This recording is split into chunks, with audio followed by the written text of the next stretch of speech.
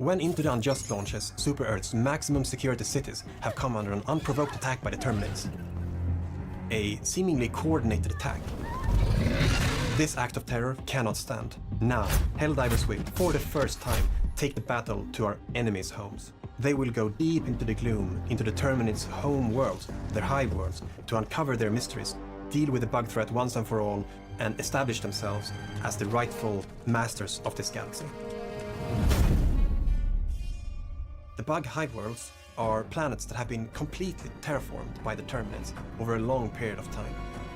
When Helldivers go to the bug hive worlds, they will find that they have huge, enormous cave networks spread across the planet, like a disgusting disease. Helldivers go into the caves to gather intel on the bug mutations and to uncover the secrets of the gloom.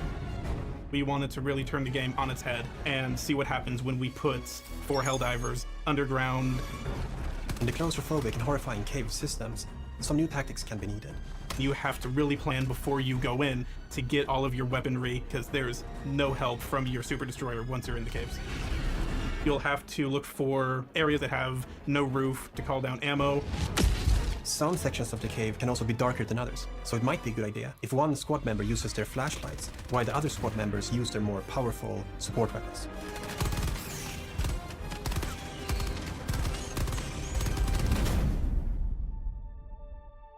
So we have 2 brand new Hive World exclusive missions. We have the Hive Lung, which is what the bugs are using to produce the fog that you see in the gloom. You have to go deep down past all its tendrils and enemies that are protecting it. Bring your backpack hellbomb or just a lot of big weaponry and destroy it. The other big mission is the mobile oil rig.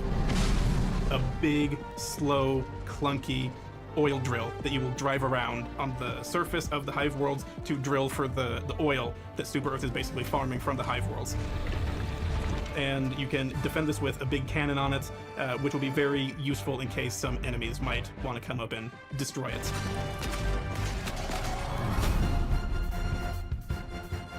With new subterranean environments, we of course have to have subterranean species. We have new enemies that burrow into the ground and erupt beneath the player's feet. So the warrior will be your run-of-the-mill mole enemy that will just charge towards you from underground. If you're facing a bile spewer, it will look for blind spots and pop up from the ground, throw out a few projectiles, and then pop down into the ground again and find another spot to attack you from. The charger will do its charge, but now there's a big mound moving towards you rather than the behemoth itself. There's always this small game of whack-a-mole we have to play with some additional subterranean bugs that will jump out of the ground at any given moment. The Dragon Roach is like a big flying bile titan. If you wind up fighting it, you end up having to deal with its acidic fire breath. It will keep attacking you until you put enough pressure to get it to back off, or you manage to shoot off its wings and take it down. You know that you will be fighting these subterranean enemies when you feel the rumbling. But if the rumble is slightly bigger, please ignore that. I'm sure it's fine.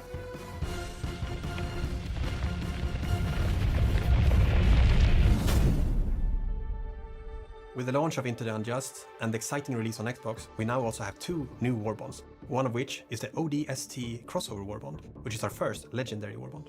When it became clear that we were going to do an Xbox version of the game, we asked ourselves, okay, so what would fit in? And ODST came to mind immediately. We wanted to make the perfect Halo collaboration, so every detail that you would expect to be there should be there. All the weapons have a very iconic look. It's something that everyone would recognize if you're a Halo fan. We got extremely close to the original ODST content. Some small changes had to be made to maintain believability, where the ejection port is, like tiny things like that.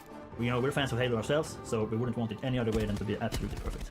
Pay close attention to the models. We might have snuck in some things. In the end, we managed to deliver exactly what we wanted to deliver, and that's very rare in game development. So Dust Devils is our newest warbond that we worked in collaboration with our partners at Wushu. The Dust Devils are Helldivers that are trained and experienced in fighting in extreme conditions, and they are very useful now that we're going to go deeper into the gloom and fight on these desert planets that are infested by a lot of dangerous bugs. So in this warbond we have 3 new stratagems, 1 primary and 1 throwable. First off, we have a new assault rifle. But there is a small twist on this assault rifle. It's the first assault rifle with incendiary rounds. We have the expendable napalm, which sort of is the airburst rocket without the proximity trigger. Then we have the spear gun, which is a single-fire projectile with a gas harpoon. So when you hit the enemy, it will explode into a gas cloud. It's a sort of a utility versatile tool. Finally, but not least, we have the solo silo, which is a missile silo contained in a hell pond and a laser designator. And you can paint whatever target you want, and the missile will go to that target and just make a big, big boom, which makes it possible to attack enemies from a very large distance.